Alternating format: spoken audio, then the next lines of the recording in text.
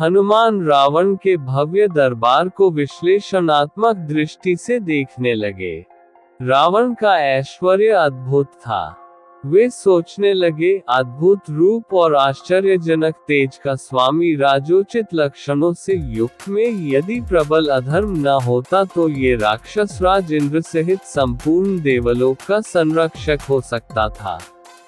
इसके लोकनिंदित क्रूरतापूर्ण निष्ठुर कर्मों के कारण देवताओं और दानवों सहित संपूर्ण लोक इससे भयभीत रहते हैं। समस्त लोकों को रुलाने वाला महाबाहु रावण भूरी आंखों वाले हनुमान को समक्ष इस प्रकार निर्भय खड़ा देखकर रोष से भर गया और क्रुद्ध होकर अपने महामंत्री प्रहस्त से बोला, अमात्य, इस दुरात्मा से पूछो कि यह कहाँ से आया है, इसे किसने भेजा है, सीता से यह क्यों वार्तालाप कर रहा था, अशोकवाटिका को इसने क्यों नष्ट किया, इसने किस उद्देश्य से राक्षसों को मारा, मेरी इस दुर्जयपुरी में इसके आगमन का प्रयोजन क्या है। रावण की आज्ञा पाकर प्रहस्त ने कहा, हे वानर, भयभीत मत हो और धैर्य धारण करो। सही सही बता दो कि तुम्हें किसने यहाँ भेजा है। महाराज रावण की नगरी में कहीं तुम्हें इंद्र ने तो नहीं भेजा है, कहीं तुम कुबेर, ये या वरुण के दूत तो नहीं हो, या विजय की अभिलाषा रखने वाले विष्णु ने तुम्हें दूत बनाकर भेजा है। यदि तुम हमें सच सच बता दो कि तुम कौन हो तो हम तुम्हें क्षमा कर सकते हैं। यदि तुम मिथ्या भाषण करोगे तो तुम्हारा जीना असंभव हो जाएगा। प्रहस्त के इस प्रकार पूछने पर पवन पुत्र हनुमान ने निर्भय होकर राक्षसों के स्वामी रावण से कहा, हे राक्षस राज, मैं इंद्र, यम, वरुण या कुबेर का दूत नहीं हूँ, न ही मुझे विष्णु ने यहाँ भेजा है। मैं राक्षस राज रावण से मिलने के उद्देश्य से यहाँ आया हूँ और इसी उद्देश्य के लिए मैंने अशोकवाटिका को नष्ट किया है। तुम्हारे बलवान राक्षस युद्ध की इच्छा से मेरे पास आए तो मैंने स्वरक्षा के लिए रणभूमि में उनका सामना किया। ब्रह्मा जी से मुझे वरदान प्राप्त है कि देवता और असुर कोई भी मुझे अस्त्र अथवा पाश से बांध नहीं सकते। राक्षस राज के दर्शन के लिए ही मैंने अस्त्र से बंधना स्वीकार किया है। यद्यपि इस समय मैं अस्त्र से मुक्त हूँ, तथापि इन राक्षसों ने मुझे बंधा समझकर ही यहाँ लाकर तुम्हें सौंपा है। मैं श्री रामचंद्र जी का दूत हूँ और उनके ही कार्य से यहाँ आया हूँ। शांत भाव से हनुमान ने आगे कहा, मैं किष्किंधा के परम पराक्रमी नरेश सुग्रीव का दूत हूँ। उन्हीं की आज्ञा से तुम्हारे पास आया हूँ। हमारे महाराज ने तुम्हारा कुशल समाचार पूछा है और कहा है कि तुमने नीतिवान, धर्म, चारों वेदों के ज्ञाता, महापंडित, तपस्वी और महान ऐश्वर्यवान होते हुए भी एक परस्त्री को हठात अपने यहाँ रोक रखा है। ये तुम्हारे लिए उचित बात नहीं है। तुमने ये दुष्कर्म करके अपनी मृत्यु का आह्वान किया है। उन्होंने ये भी कहा है कि लक्ष्मण के कराल बाणों के सम्मुख बड़े से बड़ा पराक्रमी भी नहीं ठहर सकता, फिर तुम उससे अपने प्राणों की रक्षा कैसे कर सकोगे। इसलिए तुम्हारे लिए उचित होगा कि तुम सीता को श्री रामचंद्र को लौटा दो और उनसे क्षमा मांगो। यदि तुम ऐसा नहीं करोगे तो तुम्हारा अंत भी वही होगा जो खर, दूषण और वाली का हुआ है।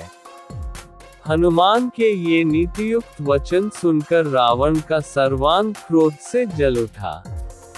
उसने अपने सेवकों को आज्ञा दी, इस वानर का वध कर डालो। रावण की आज्ञा सुनकर वहां उपस्थित विभीषण ने कहा, राक्षस राज, आप धर्म के ज्ञाता और राजधर्म के विशेषज्ञ हैं। दूत के वध से आपके पांडित्य पर कलंक लग जाएगा।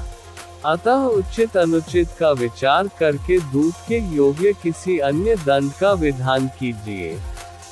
विभीषण के वचन सुनकर रावण ने कहा, शत्रुसूदन, पापियों का वध करने में पाप नहीं है। इस वानर ने वाटिका का विध्वंस तथा राक्षसों का वध करके पाप किया है, अतः मैं अवश्य ही इसका वध करूंगा।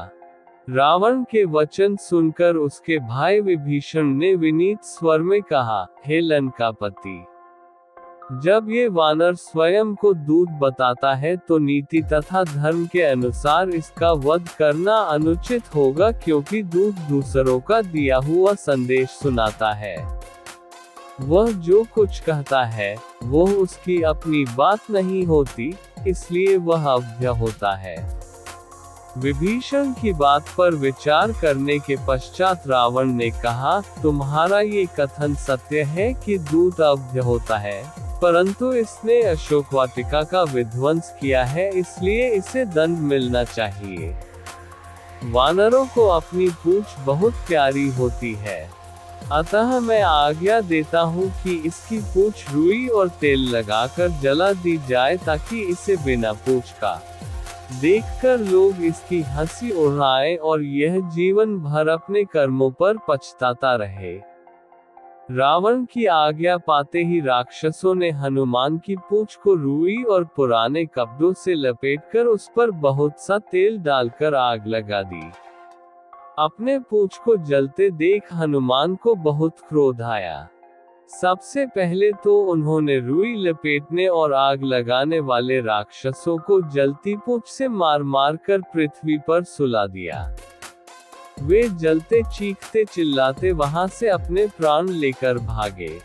कुछ राक्षस उनका अपमान करने के लिए उन्हें बाजारों में घुमाने के लिए ले चले। उस दृश्य को देखने के लिए बाजारों में राक्षसों की और घरों के छज्जों तथा खिड़कियों पर स्त्रियों की भीड़ जमा हो गई। मूर्ख राक्षस उन्हें अपमानित करने के लिए उन पर कंकड़ पत्थर फेंकने तथा अपशब्द कहने लगे। इस अपमान से क्रुद्ध होकर स्वाभिमानी पवनसुत एक ही झटके से सारे बंधनों को तोड़कर नगर के ऊंचे फाटक पर चढ़ गए और लोहे का एक बड़ा सा चक्का उठाकर अपमान करने वाले राक्षसों पर टूट पड़े। इससे चारों ओर भगदड़ मच गई। हनुमान ने रावण के भव्य दरबार का विश्लेषण करते हुए उसकी अद्भुत संपत्ति और आश्चर्यजनक तेज की प्रशंसा की, लेकिन उन्होंने ये भी सोचा कि यदि रावण में अधर्म न होता तो वह इंद्र सहित संपूर्ण देवलोक का संरक्षक बन सकता था। रावण के क्रूरतापूर्ण कर्मों के कारण देवता और दानव सभी उससे भयभीत थे। रावण ने अपने मंत्री प्रहस्त को आदेश दिया कि वह हनुमान से उनके आगमन का उद्देश्य, सीता से उनकी वार्ता, अशोक वाटिका के विध्वंस और राक्षसों के वध के बारे में पूछे। प्रहस्त ने हनुमान से धैर्यपूर्वक सत्य बताने को कहा। हनुमान ने निर्भय होकर उत्तर दिया कि वे श्रीराम के दूत हैं और उन्हीं के कार्य से यहाँ आए हैं। हनुमान ने आगे बताया कि वे किष्किंधा के राजा सुग्रीव के दूत हैं और रावण से सीता को लौटाने का आग्रह किया। उन्होंने रावण को चेतावनी दी कि यदि वह ऐसा नहीं करता तो उसका अंत भी खर, दूषण और बाली जैसा होगा। रावण ने क्रोध में हनुमान के वध का आदेश दिया, लेकिन विभीषण ने दूत वध के अनुचित होने की बात कही। रावण ने विभीषण की बात मानी और हनुमान की पूंछ जलाने का आदेश दिया। हनुमान ने जलती पूंछ से राक्षसों को मारकर अपनी पूंछ जलने के अपमान का बदला लिया।